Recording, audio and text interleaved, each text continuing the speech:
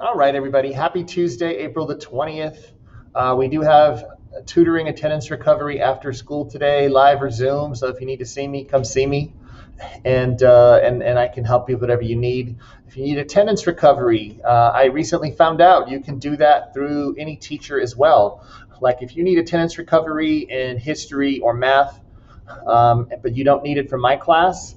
If you come to my class and tell me you need it, I'll put it in, and the after school you stay for me will count towards your other classes, so keep that in mind. There's also other ways to get attendance recovery. You can do it through the tutoring and the Northside tutoring, or of course the Zoom link for tutoring through the school. So be sure and take advantage of those in the classes you need them for. Don't wait till the last week of school and end up needing 30 hours of attendance recovery. So for today, we're going to finish any late work, turn it in, especially the reading test and analysis essay. But I've been noticing, God, I've had so many zeros lately. Usually it's kind of like, the next morning I go in and put in zeros, and, half the people have done it. And I put in, out of a class of 30, I'll put in 15, 17 zeros. And these past couple assignments, I've had like maybe 7 or 8 people do it, and 20, 22 zeros. And I don't know if it's because it's getting towards the end of the year, people are feeling tired or overwhelmed, but less and less people are turning in work on time. And that really disappoints me because I know how smart and how good you are. And the thing that I have to remind myself of is that old habits never go away completely. They don't go away from me. They don't go away for you. I've had to struggle and suffer to make myself grade and keep up. And for some of y'all, it's going to be the same thing. And that's okay. We have to learn to think that way. So I want us to, of course, do the work now. If Schoology works, if it doesn't work, hopefully you can find something to work on. Maybe you can access some of your Google Docs directly. But if you've already caught up or you've kept up, then yes, be proud of yourself for suffering and having integrity, and enjoy the free time. If you've fallen behind, this is a big one. I will forgive myself. And for those of you that have not passed 9 weeks in the past, and I asked you to write an apology letter, I've had a kid say, no, you're just trying to punish me. No, I'm not trying to punish you. I'm really not. I want you to forgive yourself. And it helps if you apologize and ask for forgiveness. And then, of course, somebody will forgive you. But you also need to forgive yourselves. And then suffer and catch up, because yes, I am strong, confident, and successful. And like I've told many of you, hey, every time we suffer to do what's right, we teach ourselves how good and strong we really are. And we teach ourselves to have integrity, right? I'm going to do what's right no matter how I feel. For our close and our discussion, well, what helps you? What helps you focus on taking care of what needs to get done? What works for you? And if you have any insight to put into that, and when Schoology gets working, be sure and add to our discussion. Other people probably need to know what you know. And before we do anything else, come on, let's do our positive affirmations. Let me see, thumb up those of us in the classroom. Yes, awesome. What are you? I am strong, confident, and successful. Yes, we are. And then come on, let's grab that barbell. How do I feel about getting work done? I love getting work done. And how do I feel about schoolwork? The harder I work, the stronger I become. Absolutely. All right, so if we could get into Schoology, because I can get in here, but when I try to go in here, let's see what happens. Somebody give me a drum roll. Thank you. That's a good drum roll. Wow, you really went out of your way. Thanks. Oh, is it going to work? Ooh, it looks like it's working. Roll the dice.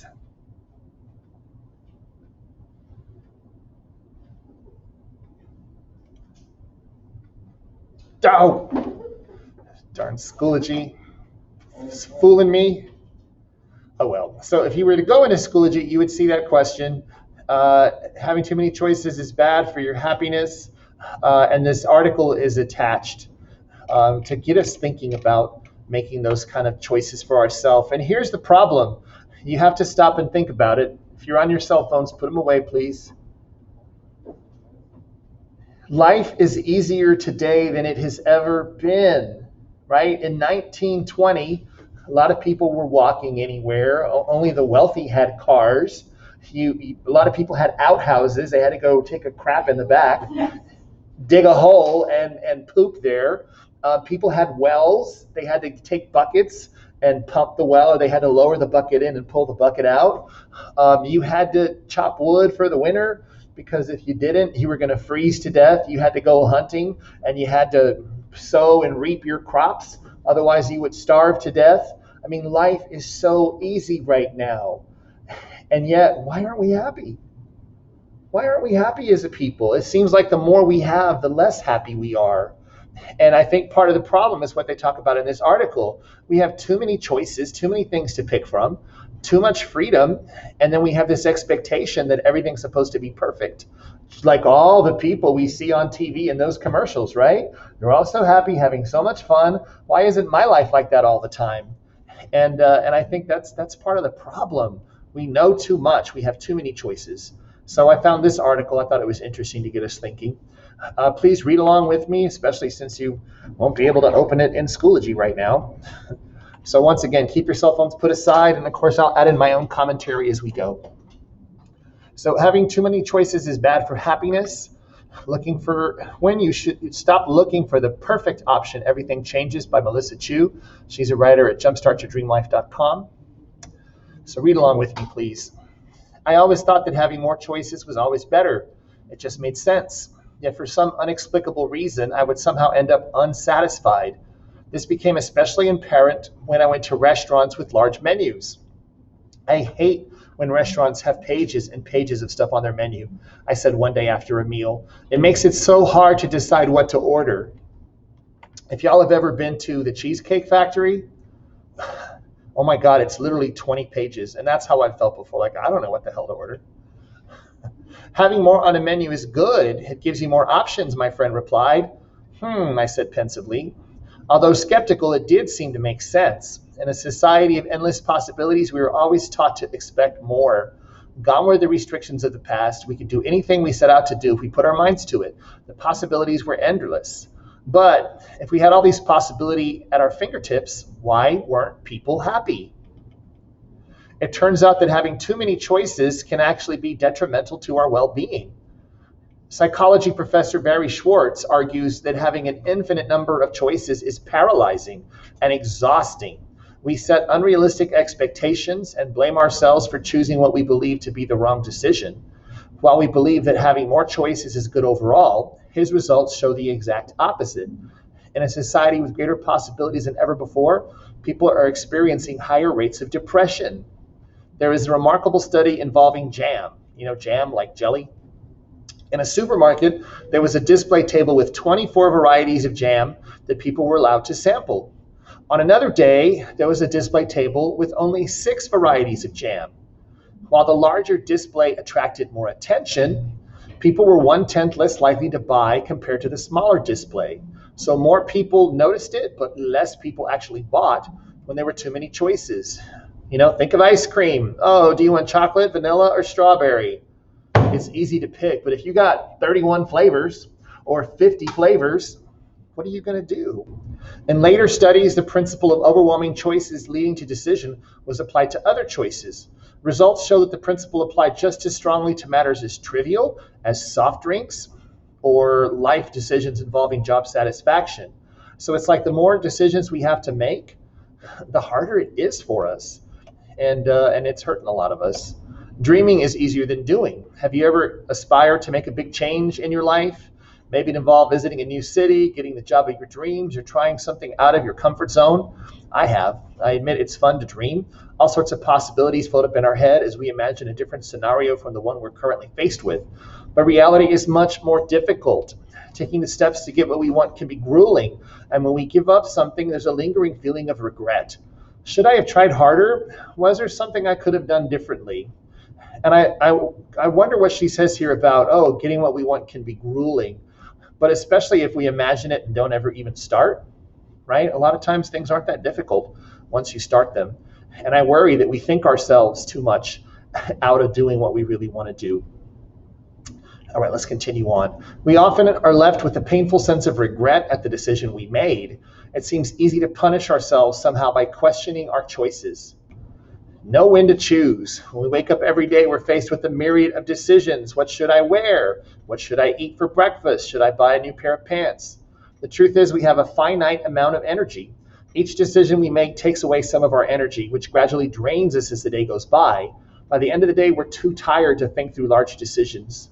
I used to have a boss who would wear a blue shirt every day. Same blue shirt, people would joke. Whether it was the same shirt or a new shirt, I'm not sure. What I do know now is that there is a reason behind it. Minimizing trivial decisions we make on a daily basis can provide us with the focus and concentration we need for larger decisions. It also makes me think of how I always talk about writing lists. Make a list of the things you have to do. And in that way, you don't have to decide after you finish one assignment what to do next. You've already decided, you already wrote your list. So I think that's what helps people when you make that list. You start checking them off and you're like, damn, I got them all done. If I hadn't made the list, how many would I have done? Maybe 2, maybe none. All right, let's keep going. Be happy with the decisions you make. Looking back at your decisions, wishing you had chosen differently leads to regret, which is one of the most painful things we face. We think we need to reorganize that when we have chosen, it was the best option based on what we knew at the time. And what if it wasn't a good option? What if you just did it anyway? Well, like I always say, you got to forgive yourself. Forgive yourself. Seriously, staying mad doesn't do any good. Even if we have chosen differently, the alternatives are an entirely different set of consequences, some of which could be negative. No choice is perfect. And recognizing this is the first step towards satisfaction. At the same time, we are continually striving to better ourselves, whether in careers, relationships, or health. Doing so gives us a sense of meaning and purpose. And that's how we feel better, I think, when we get to work. Feel good about ourselves. Do you find yourself frustrated by the choices you make? Remember, you're only human. That's right. Forgive yourself. Being human means wanting better things while at the same time embracing the imperfection that is life. And that's okay. All right, so Carvajal's advice, remember, you're getting to work because you care, not because mom is mad or you're going to be in trouble.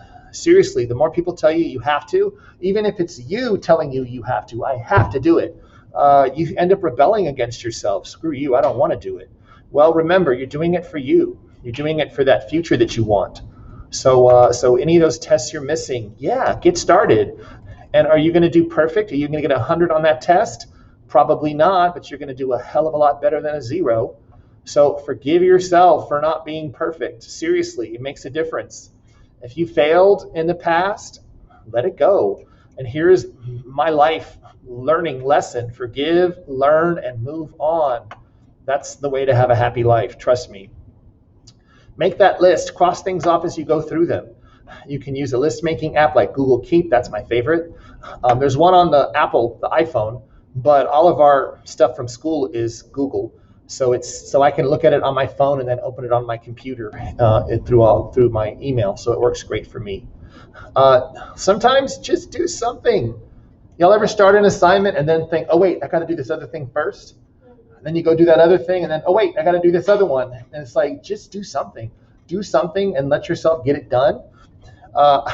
If you have the fussy parent, like I have my dad, you didn't do it right. You messed up. And sometimes I'll hear the thoughts in my head and I'll go, shut up, Dad. And it's just me thinking to myself. But, we internalize those fussy parents. And then I'll laugh at myself like, yeah, Dad, be quiet. Quit bothering me. And then I'll just keep doing the job that I need to do. Strive to do good, not be perfect. Seriously, you're not a perfect writer. You're not a perfect student. If you were, I wouldn't have a job. I'm glad you're not perfect, but you're good and you're learning. And if you find yourself getting too nervous, remember to be positive. Say your affirmations. Smile, pick something to do, and start anyway. Once you've crossed those things off the list, you're going to build up momentum.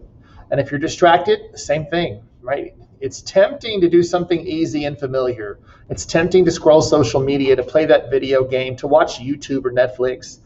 Remember why you're doing it, and help yourself get it done.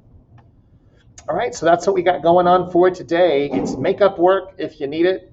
If you don't need it, do want something for another class. But I want everybody caught up before the end of school. I don't want people the last week going, oh my God, what am I going to do? Take care of it now. You'll be glad you did. If you have any questions, let me know. And other than that, just do the best you can. If you can't get into Schoology right now, oh well. As soon as you can, do what you can. And until then, Hope y'all have a great day.